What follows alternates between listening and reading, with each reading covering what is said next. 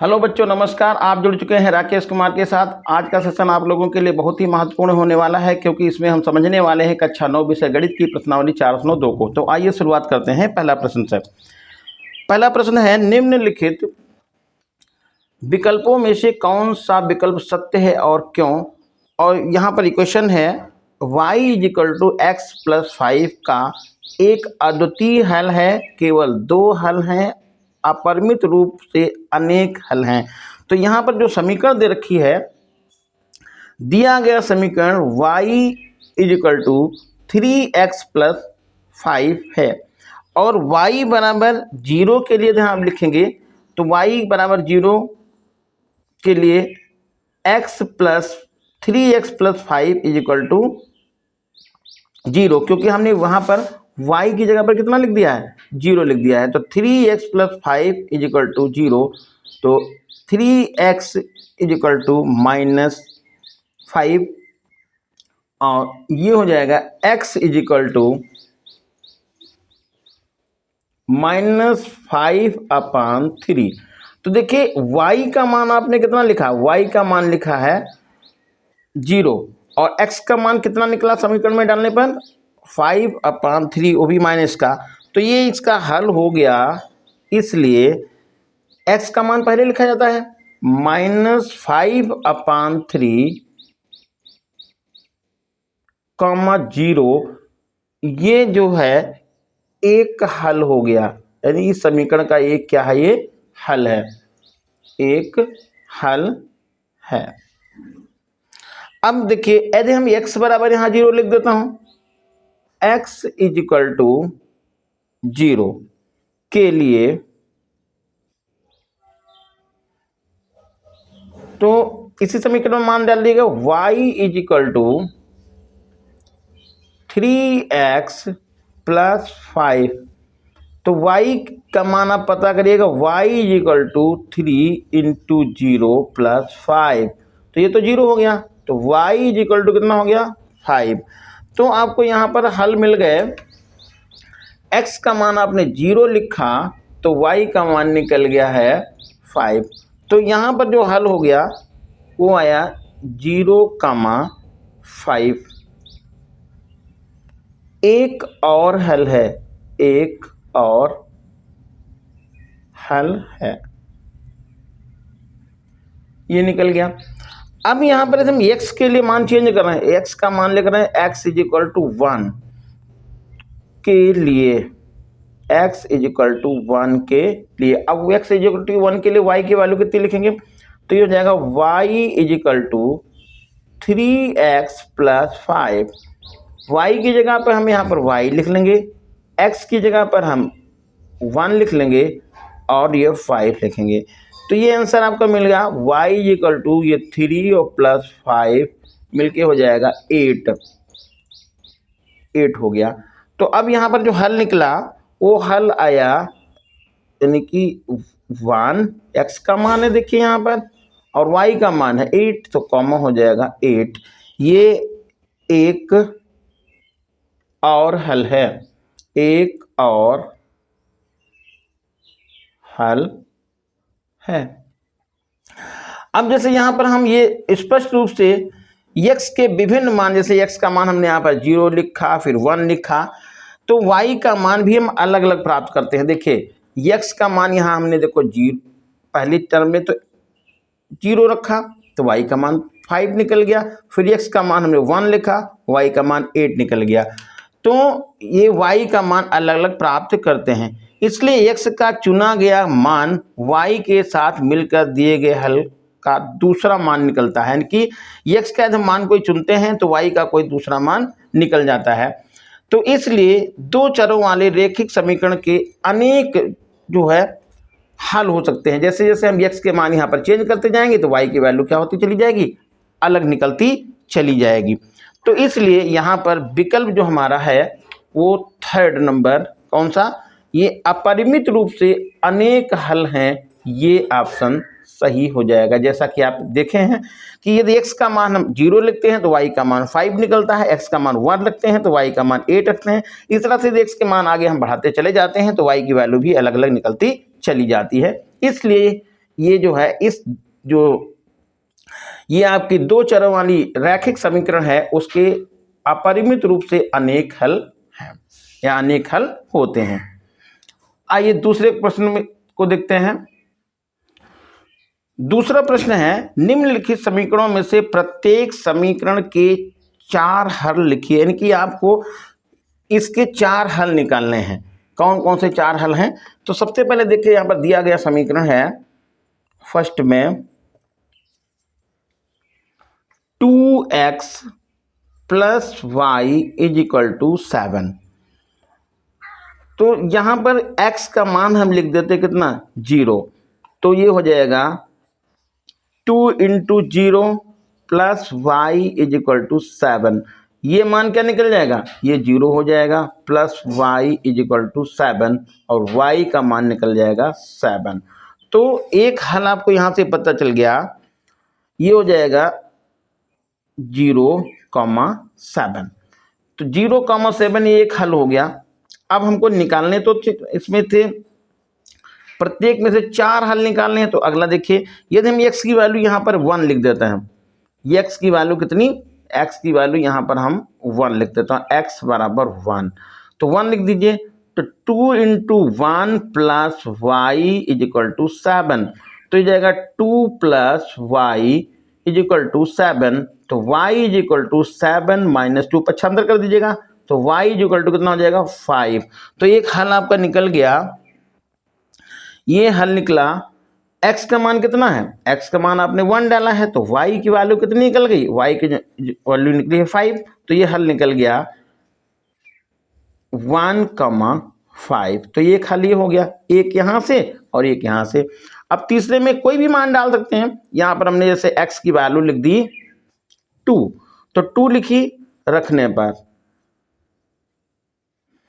तो हो जाएगा 2x plus y is equal to 7। अब यहां पर 2 लिखेंगे, 2 लिख देंगे, प्लस y लिखेंगे और 7 लिख देंगे। ये हो जाएगा 4 प्लस का y इज इक्वल टू 7, पक्षांतर करेंगे y is equal to 7 minus 4 और ये हो जाएगा 3। तो इस तरह से आपने x की वैल्यू कितनी लिखी 2, y की कितनी निकल गई 3। तो ये आपको मान पता चल गया, एक हल पता चल गया 2,3। अगला देखिए, यदि यहाँ पर हम मान लीजिए माइनस का 2 लिख देते हैं, कोई भी मान लिख सकते हैं, माइनस का 2 लिख दिया है x इज इक्वल टू -2 रखने पर, तो ये हो गया -2 रखने पर। तो ये हो जाएगा 2 into -2 plus y is equal to 7। ये हो जाएगा माइनस का 4 प्लस का y इज इक्वल टू 7। तो y इज इक्वल टू ये हो जाएगा 7 और इधर पक्षांतर करेंगे तो प्लस का 4 हो जाएगा, तो ये आएगा 11।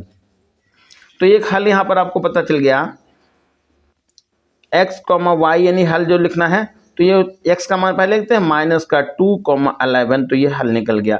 तो इस तरह से पहले खंड में एक हल आपका यहां से पता चल गया, एक हल यहां से मालूम हो गया, एक हल यहां से मालूम हो गया, एक हल यहां से मालूम हो गया। अब दूसरे प्रश्न की तरफ चलते हैं। दूसरा जो इसका पार्ट है, दूसरा पार्ट है पाई एक्स, सेकेंड पार्ट है pi x plus y is equal to 9। अब यहां पर x की वैल्यू हम फिर 0 लिख देते हैं, x इज इक्वल टू 0 रखने पर, तो x इज इक्वल टू 0 रखा,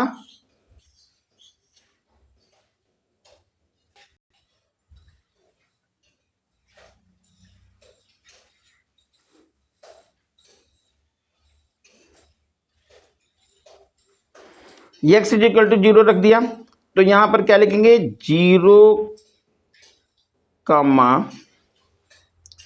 ये इंटू पाई लिख दिया, प्लस का y इज इक्वल टू 9। ये मान तो 0 निकल गया, y इज इक्वल टू हो गया 9।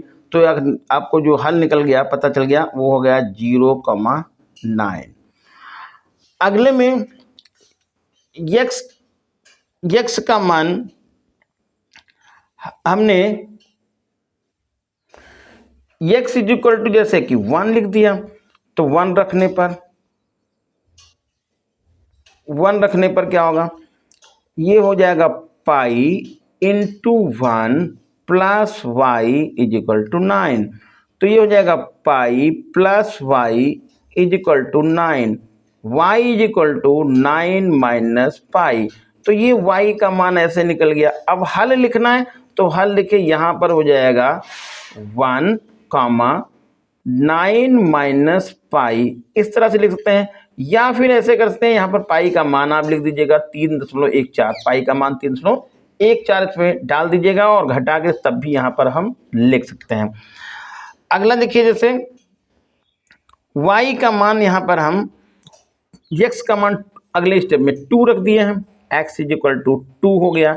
तो 2 रखने पर क्या होगा, pi into 2 plus y is equal to 9। तो ये हो जाएगा y is equal to 9 minus 2 pi, 9 minus 2 pi. तो हल कौन सा निकल गया, हल निकल जाएगा 2 कॉमा 9 माइनस 2 पाई।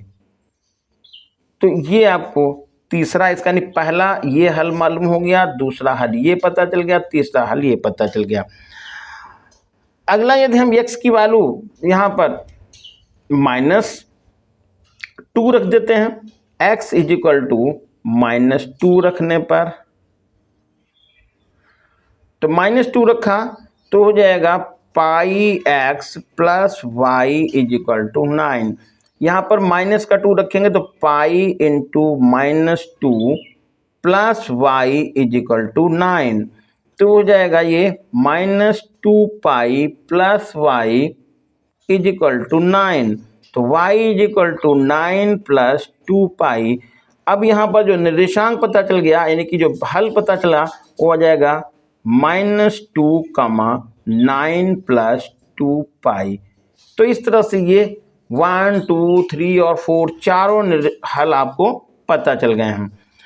अगला जो क्वेश्चन इसमें है थर्ड नंबर जो समीकरण लिखी है वो थर्ड नंबर समीकरण है x is equal to 4y, x is equal to 4y। ये तो बहुत आसान है। सबसे पहले आप x बराबर यहाँ पर 0 लिखिएगा, तो x बराबर 0 लिखेंगे तो ये हो जाएगा 0 इज इक्वल टू 4y, और यदि हम y इज इक्वल टू लिखेंगे तो 0/4, तो y की वैल्यू भी यहाँ पर 0 निकल जाएगी।